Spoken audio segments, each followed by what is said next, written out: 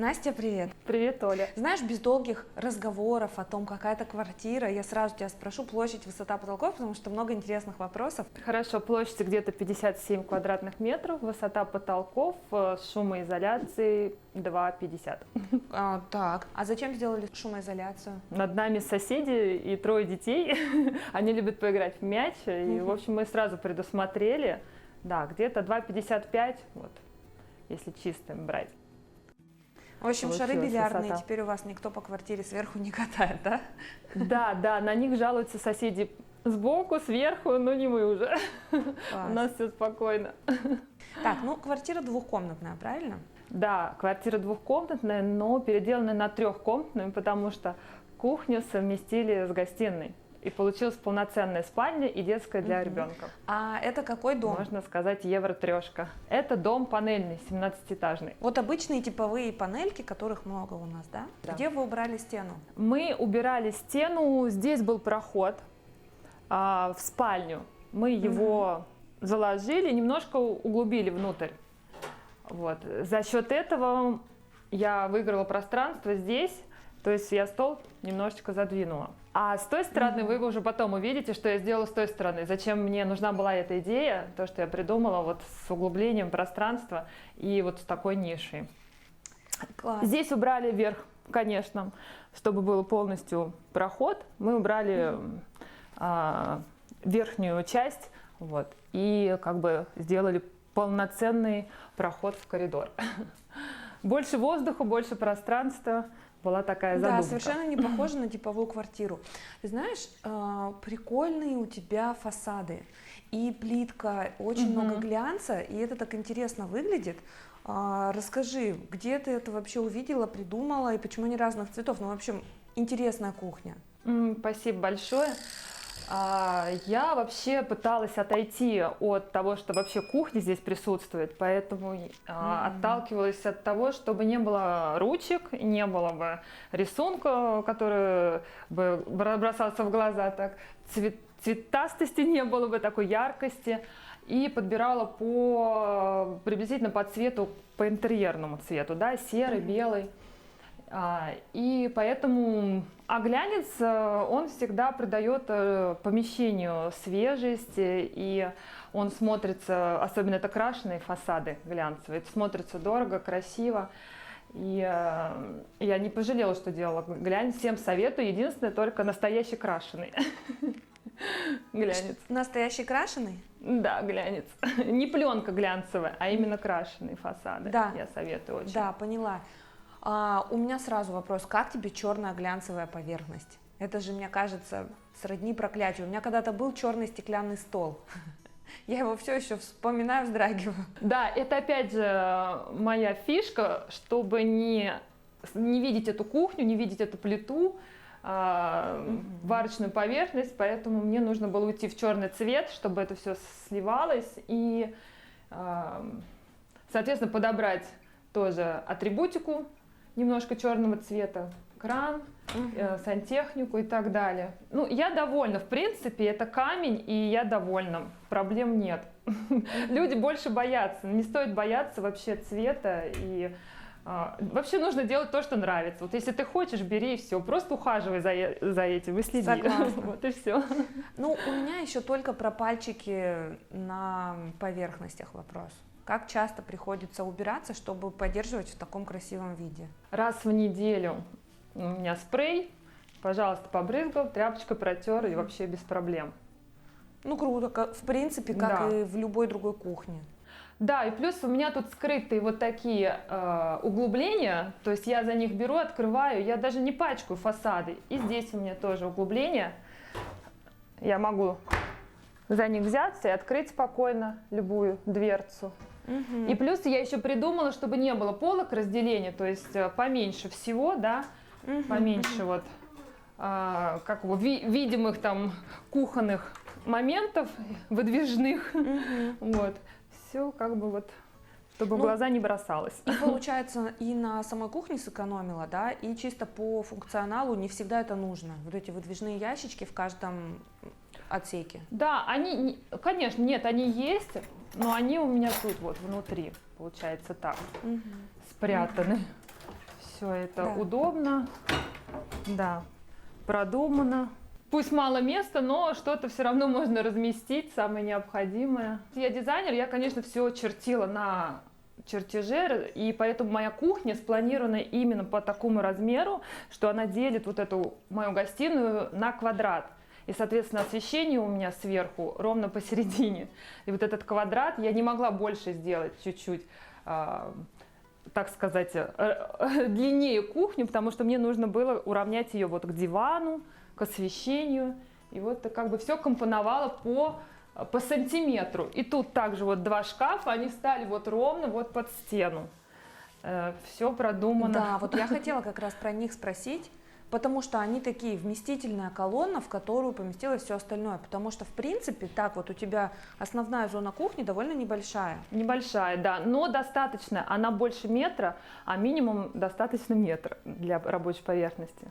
Угу. Я хотела изначально, чтобы был встроенный холодильник. Опять же, я уходила от того, что здесь кухня, потому что гостиная рядом. И поэтому долго думала, какого цвета сделать, но скомпоновала вот с низом кухни самой серой. А белая часть верхняя, чтобы она сливалась с потолком, уходила в потолок и не резала низкий потолок, так скажем.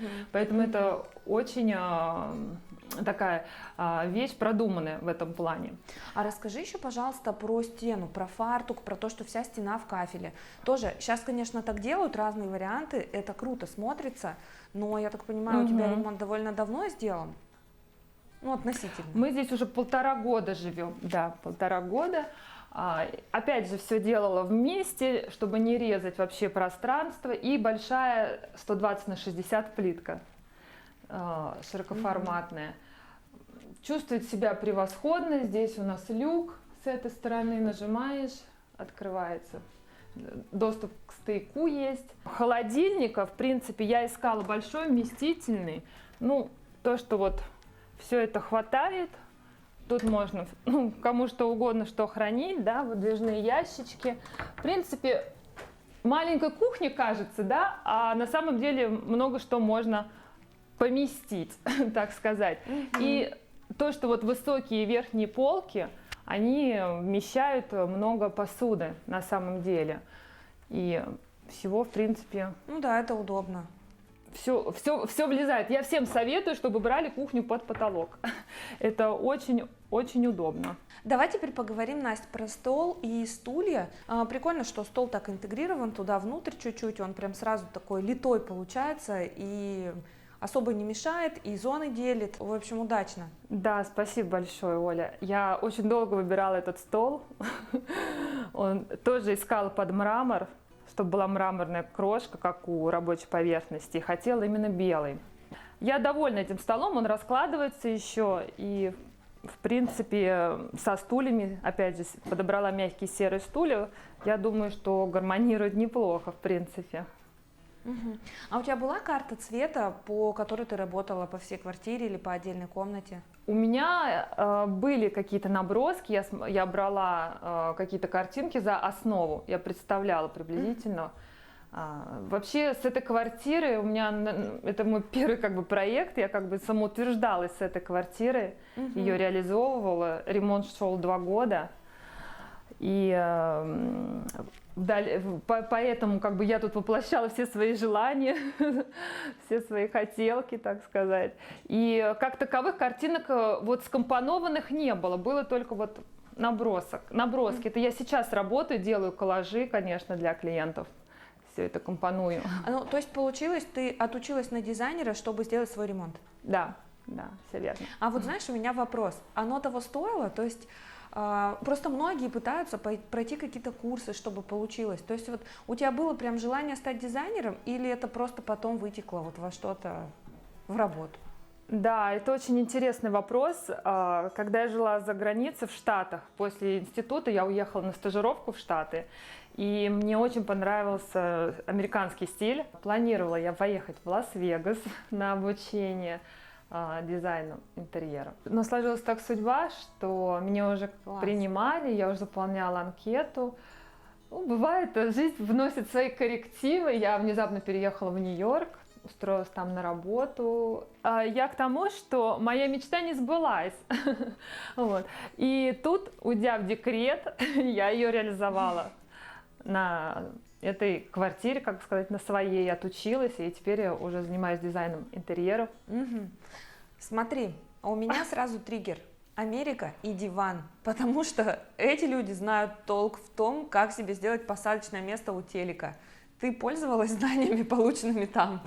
Ну, я как бы продумала этот момент, вот, и поэтому я все это организовала. Домашний кинотеатр, удобное место, и иногда я, конечно же, ставлю попкорн и смотрю какой-нибудь хороший фильм. В этом плане, да. Хочу рассказать про диван.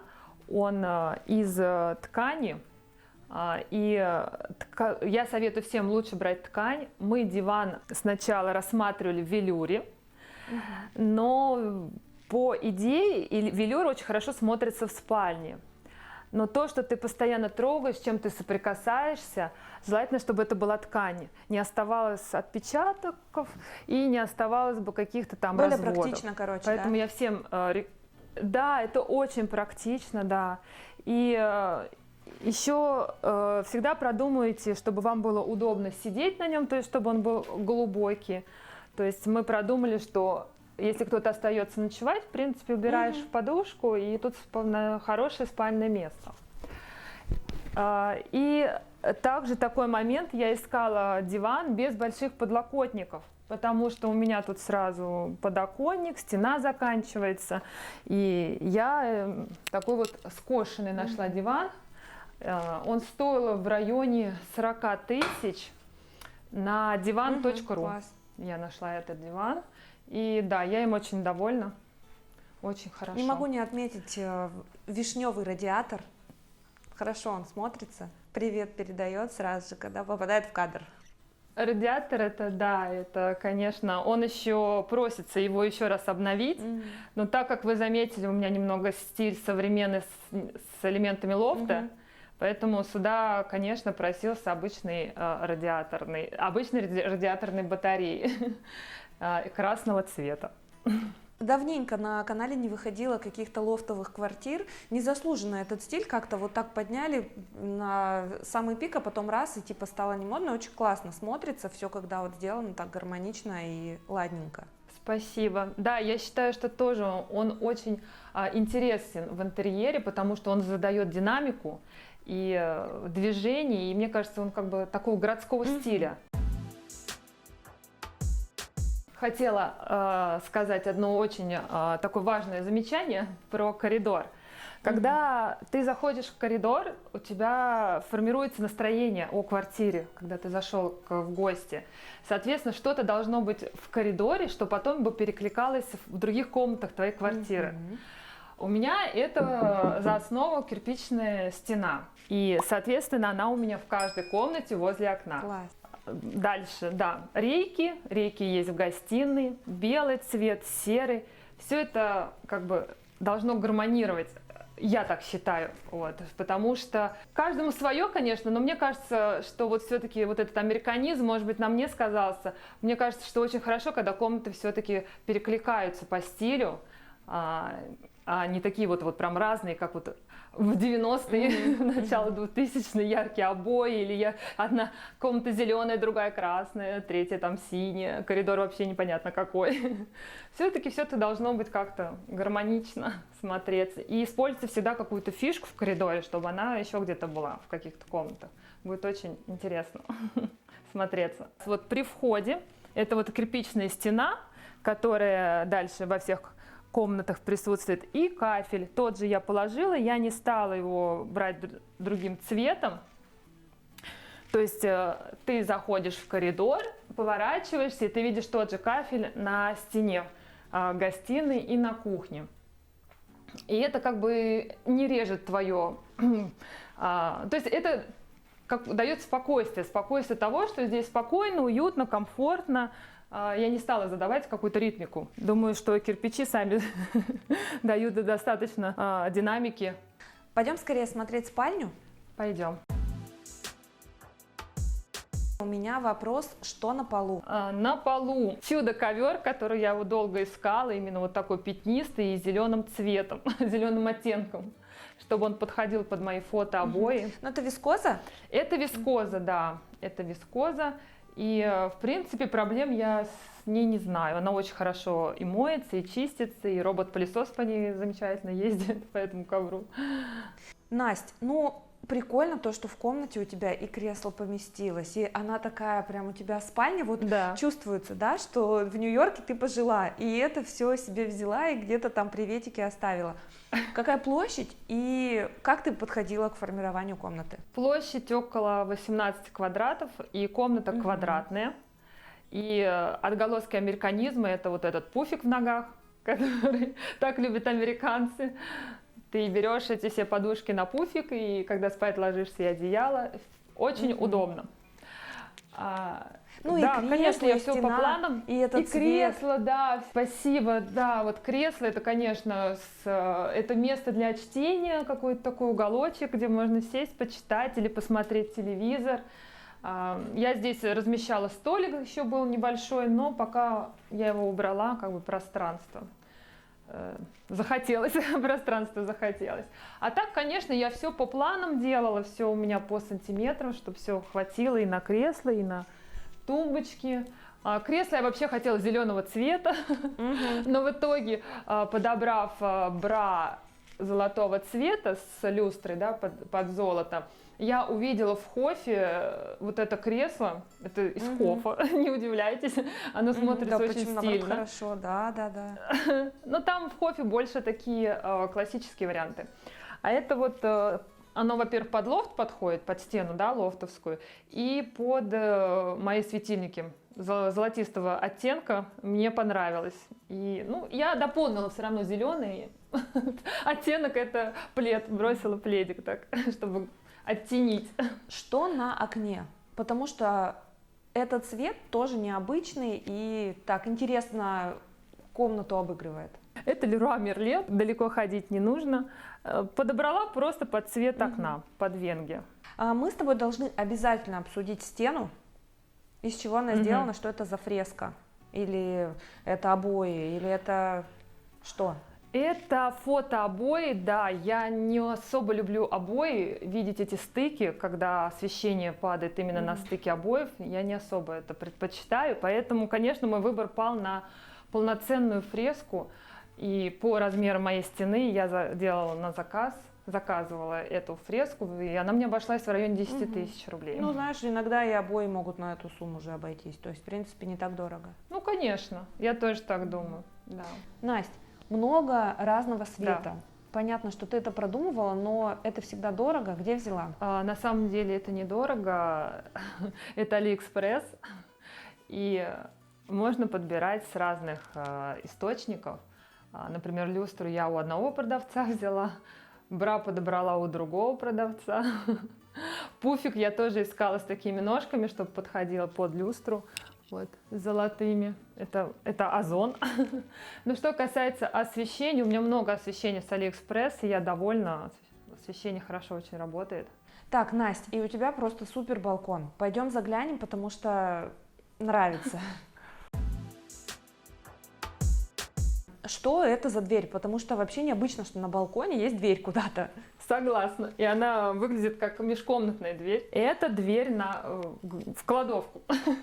Класс. Мы порезали балкон был очень длинным, и, соответственно, там я сформировала кладовку, которой нет в квартире. Соответственно, тут она глубокая, ну, полноценно заполненная. Внизу довольно много пространства, но... Ну, такая не для быта. Здесь все хранится. Инструменты, стулья запасные, вода, бутылки внизу, питьевая вода, да, которую мы набираем. В принципе, нормально. Она как бы вполне себя оправдывает. Гладильную доску вижу. Я же всегда ищу там доски, сушилки, Да. утюг, пылесос. Вот. Это все тут? Да, только доска здесь. Пылесос у меня робот-пылесос. Или мои ручки. Утюг у меня в шкафу. Теплые полы здесь у меня, разумеется. Потому что мы утепляли балкон, и я хотела барную стойку. Очень красивый вид из окна. И задумка была сделать барную стойку с барными стульями. И летом здесь очень красивые закаты. Здесь можно сидеть и наслаждаться Класс. природой. А на другой стороне что? Так, на другой стороне это очумелые ручки, так Прикольно скажем. выглядит. Дверцы из Леруа, да, которые вот мы сами, и вагонка. Просто покрасили белой краской, и тут как бы вот, как у всех, что-то вот такое. Ой, красота. Консервация. Вот. Ее не видно.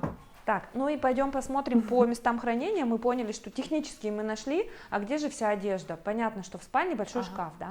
Шкаф я планировала сама его прорисовывала. Мне необходимы были вот эти полосы, потому что, чтобы они гармонировали с тумбочками. И черное основание под мой лофт, под стиль лофта. Соответственно, планировала внутри все полностью. Половина шкафа, он 3-метровый, половина шкафа это моя, половина мужа. Освещение сделала сбоку, потому что очень удобно. Все освещение не загораживается. Это просто лента, ничем. нет лента? Это лента, да, лента, и освещение не загораживается, как обычно сверху. Могут коробки перекрыть или одежда.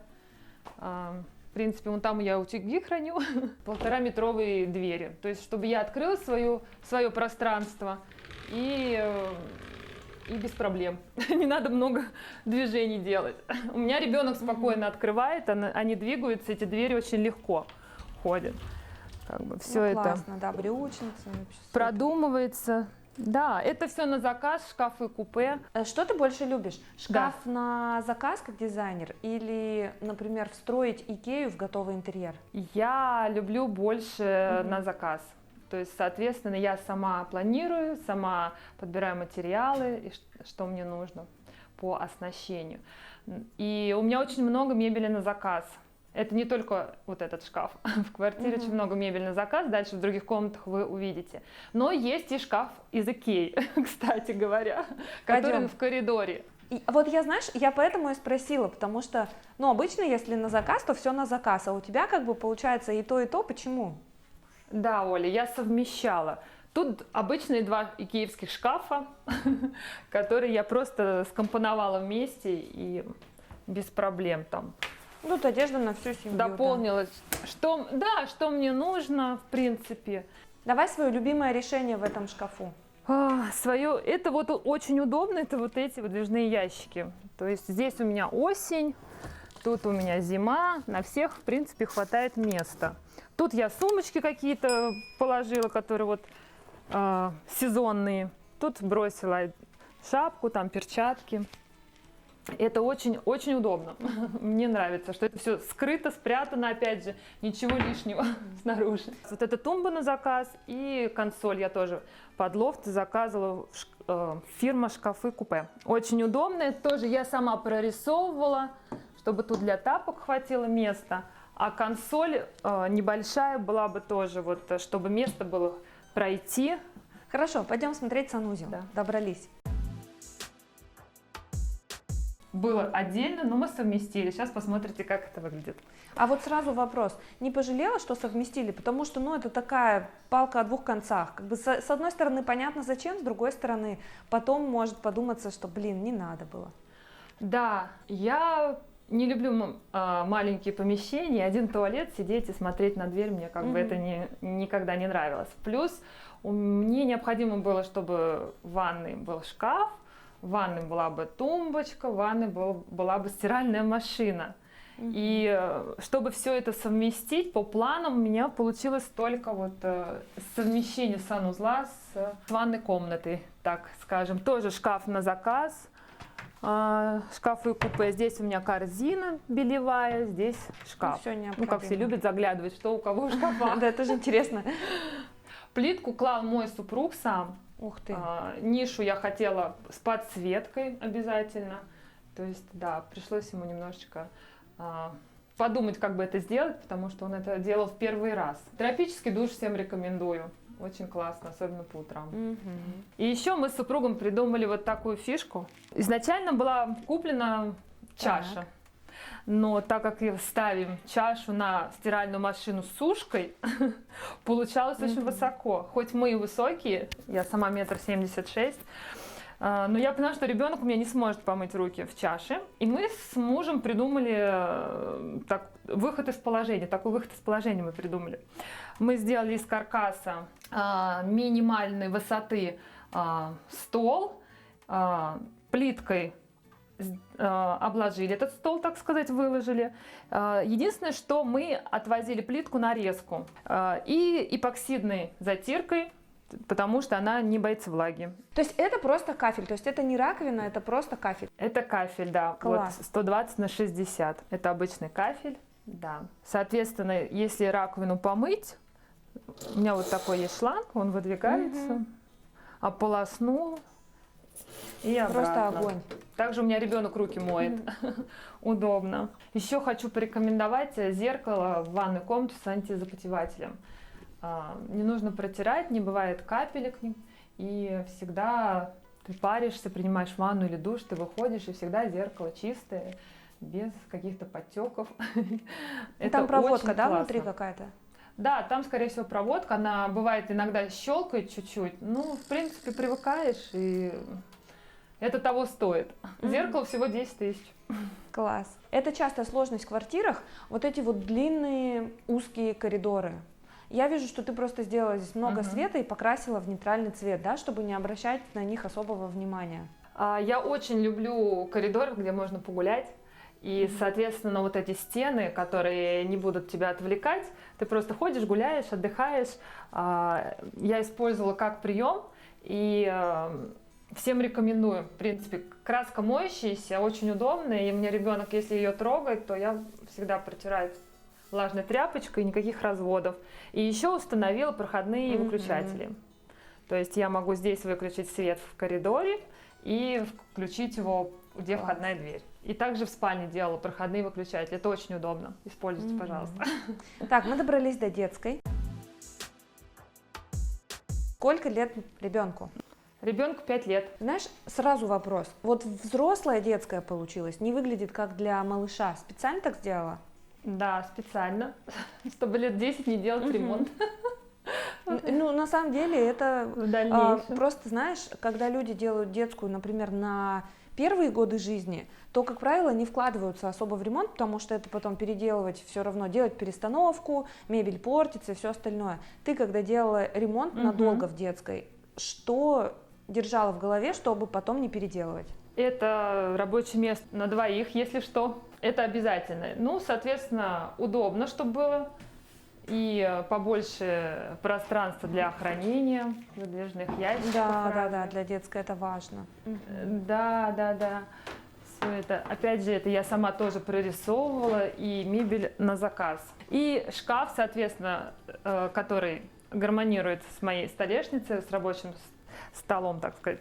Я тоже делила пополам, если что, на двоих детей. И внутри оснащения все продумывала. Там, то есть верх, если что, одному ребенку, низ другой, другому ребенку, левая сторона одному ребенку, правая другому ребенку. Но пока это вот пока в таком виде.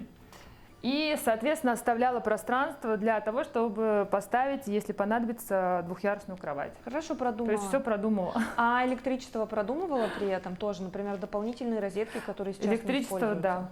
Электричество обязательно во всей квартире продумано, начиная от розеток до освещения. Соответственно, если необходимо зональное освещение, точечное, общее. А расскажи еще пару слов о горке. Это любимое место моего сына, светская стенка. Я ее на заказ заказывала в интернете, чтобы под цвет стен подходила. Ребенок очень доволен. И так как я еще преподаю английский язык детишкам на дому, дети приходят, и это за милое делаем. Это шведская стенка, они катаются, и мы иногда английский язык учим и пишем буковки на доске, и они покатаются и полазят, у нас бывают и зарядки. В общем, это очень классная штука. Спасибо. Пригодилась не только моему сыну. Им нравится.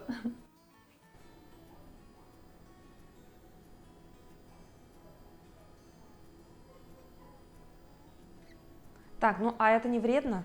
Это не вредно. Он испаряется быстро. В принципе, это не вредно. В продолжении зажигаем. Зажигаем. Он разгорится. Конечно, в темноте лучше всего его видно. Он сейчас разгорится, и пламя будет побольше. Это биокамин. Ну вот, получается, зачем Это ниша, да? для того, чтобы выдвинуть стенку со стороны кухни, где у нас стол стоит в нише, и встроить биокамин перед кроватью. Совершенно ломает камин ощущение того, что ты находишься в квартире, тем более вот в панельке, которая, знаешь, снаружи выглядит абсолютно не так, как у тебя внутри. Это прикольно. Спасибо.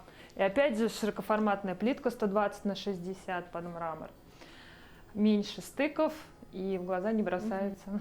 Смотрится как цельная ну стена. Да, и кафель, знаешь, в спальне кафель тоже необычно. Да, согласна. Я, конечно, очень мечтала о том, чтобы иметь камин. Не в доме, так в квартире.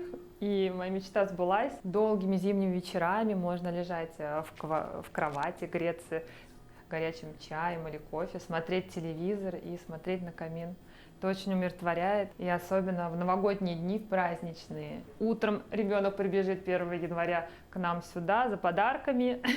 Мы зажигаем камин по традиции и дарим друг другу подарки. Настя, на этой уютной нотке хочется спросить у тебя совет для наших зрителей, которые всегда дают мои герои. Я хочу пожелать всем зрителям легкого ремонта и не бояться экспериментировать. Да, класс. Подбирать любимые картинки, совмещать и действовать. Нет такого, что что-то с чем-то не гармонирует. Все будет гармонировать так, как вы хотите, как вы желаете, потому что вам жить в этой квартире. И миксуйте стили, это не страшно, не бойтесь этого. Главное делать все с удовольствием. Спасибо большое.